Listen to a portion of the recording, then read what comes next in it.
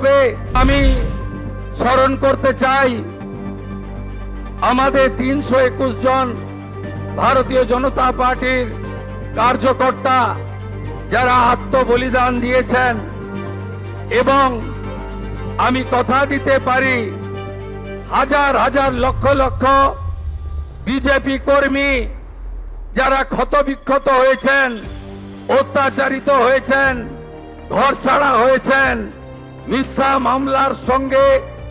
যুক্ত হয়েছেন, আমি তাদেরকে কথা দিতে পারি আগামী দিনে আপনাদের স্বপ্ন পূরণ করার কাজ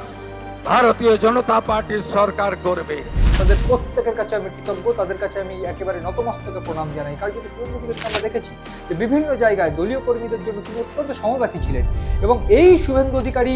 যিনি বিভিন্ন জায়গায় একেবারে এই প্রান্ত থেকে ও প্রান্ত, একেবারে বলা হলো যে ঝাড়গ্রাম থেকে বাঁকুড়া, বাঁকুড়া থেকে পুরুলিয়া, এবার অন্যদিক থেকে একেবারে বসিরহাট, টাকি থেকে শুরু করে কলকাতা অবধি বিভিন্ন জায়গায়, একেবারে সন্দেশখালী, কামদুরি, বিভিন্ন জায়গায় তিনি প্রতিবাদ গড়ে তুলেছিলেন, বিভিন্ন ইস্যুতে সাধারণ মানুষের হয়ে কথা বলেছিলেন, এবং শেষ পর্যন্ত তৃণমূল সরকারের বিরুদ্ধে চূড়ান্ত অভিযোগ এবং চূড়ান্ত লড়াই, এবং শেষ পর্যন্ত তিনি ক্ষমতা দখল করলেন। এবং এই একই সঙ্গে মুখ্যমন্ত্রী, প্রাক্তন মুখ্যমন্ত্রী মমতা বন্দ্যোপাধ্যায়কে দুইবার হারিয়ে, 2021-এও 2026-এও দুইবার হারিয়ে তিনি এই মুহূর্তে সফল একজন মুখ্যমন্ত্রী এই মুহূর্তে। এবং তিনি বলে রাখতে হবে যে এই যে লড়াই, এই লড়াইটা একদিনের নয়। আমি শুরুতে যদি বলি তাহলে বলবো যে 2014-15 সালে যখন শুভেন্দু অধিকারীকে কর্নার করা শুরু করলো দল, এবং মুকুল রায়ের বুদ্ধিতে মমতা বন্দ্যোপাধ্যায় যখন তৃণমূলের যুবর একটা সংগঠন খুললো, সেইখানে অভিষেক বন্দ্যোপাধ্যায়কে একেবারে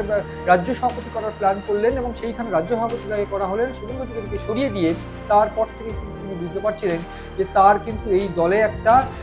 অবশ্যম্ভাবী একটা পতন হতে পারে, এবং সেক্ষেত্রে প্রণব মুখোপাধ্যায় বুদ্ধি দিয়েছিলেন যে এই দলে তোমার ভবিষ্যৎ নেই, এবং সেই যেটা ইতিমধ্যে বিশেষজ্ঞরা জানান যে তারপর থেকে তিনি কিন্তু আস্তে আস্তে দল থেকে দূরত্ব বাড়তে থাকেন, এবং এরপর বিভিন্নভাবে মুকুল রায় থেকে শুরু করে অন্যান্য যে সমস্ত